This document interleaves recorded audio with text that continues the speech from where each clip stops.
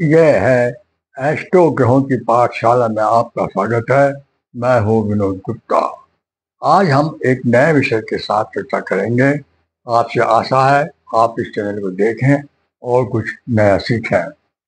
कुंडली में हम देखते हैं कि ग्रहों का जो प्रभाव होता है वो हमारे जीवन पर 100% रहता है और उसका असर हमारे जीवन पर धीरे धीरे होने लगता है। जब हम मकान खरीदने जाते हैं तब वो मकान भी हमारे जीवन में बहुत असर करता है। उसकी लोकेशन क्या है, उसका डायरेक्शन क्या है और उसकी कास्ट क्या है, यह सब चीज़ हम लोग बहुत बारीकी से देखते हैं और फिर मकान लेते हैं। पर मकान लेने के साथ में हमें उसका मकान का नंबर भी देखना बहुत आवश्यक है, क्योंकि मकान के नंबर से भी हमारे जीवन पर बहुत असर पड़ता है, जो कि एक न्यूमरोलॉजिकल के द्वारा देखा जाना चाहिए और इसका असर भी उसी प्रकार से होता है। यह एक बहुत ही इम्पोर्टेंट चीज है। अब हम आपको बताएंगे कि न्यूमरोलॉजी के हिसाब से जो मकान के जो नंबर हैं वो 13 नंबर, 14 नंबर, 16वां नंबर और 19वां नंबर जो है वो खराब माना जाता है, ठीक नहीं माना जाता है। इस नंबर के जो मकान होते हैं उनमें कुछ परेशानियां आदमी को हमेशा पाई जाती हैं। अब हम यहाँ ये बताते हैं कि ग्रहों के हिसाब से कौन से नंबर के जो मकान नंबर हैं वो हमें सूट करेंगे, हमारे लिए फेवरेबल हैं। उसमें रहने से, उस नंबर के मकान में रहने से हमें बहुत फायदा मिलेगा। शुक्र के लिए हमने 6 नंबर दिया हुआ है, बुध के लिए हमने 5 नंबर दिया है, गुरु को हमने 3 नंबर दिया है और सूर्य को हमने 1 नंबर दिया है। ये जो नंबर हैं ये मकान के टोटल नंबर के हिसाब से बनाए गए हैं। 6 नंबर मतलब यहाँ शुक्र का है तो यहाँ पर बहुत ऐशो आराम मिलेगा आपको, जीवन में सभी प्रकार की सुख सुविधाएं प्राप्त होंगी। बुध है का जो 5 नंबर है उसमें काफ़ी स्टेबिलिटी रहती है। मकान में रहने वाला व्यक्ति को ज़्यादा मकान बदलने की जरूरत नहीं रहती है, वो कई समय तक, कई सालों तक इसी मकान में रहता है।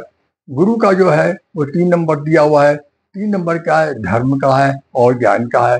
इसमें रहने वाले व्यक्ति आपको ज़्यादातर धार्मिक मिलेंगे और ज्ञानी मिलेंगे और उन्नतिशील व्यक्ति मिलेंगे। सूर्य का जो है, सूर्य एक आत्मा का कारक है, इसलिए वहाँ पे आत्मविश्वास बहुत ज़्यादा मिलेगा।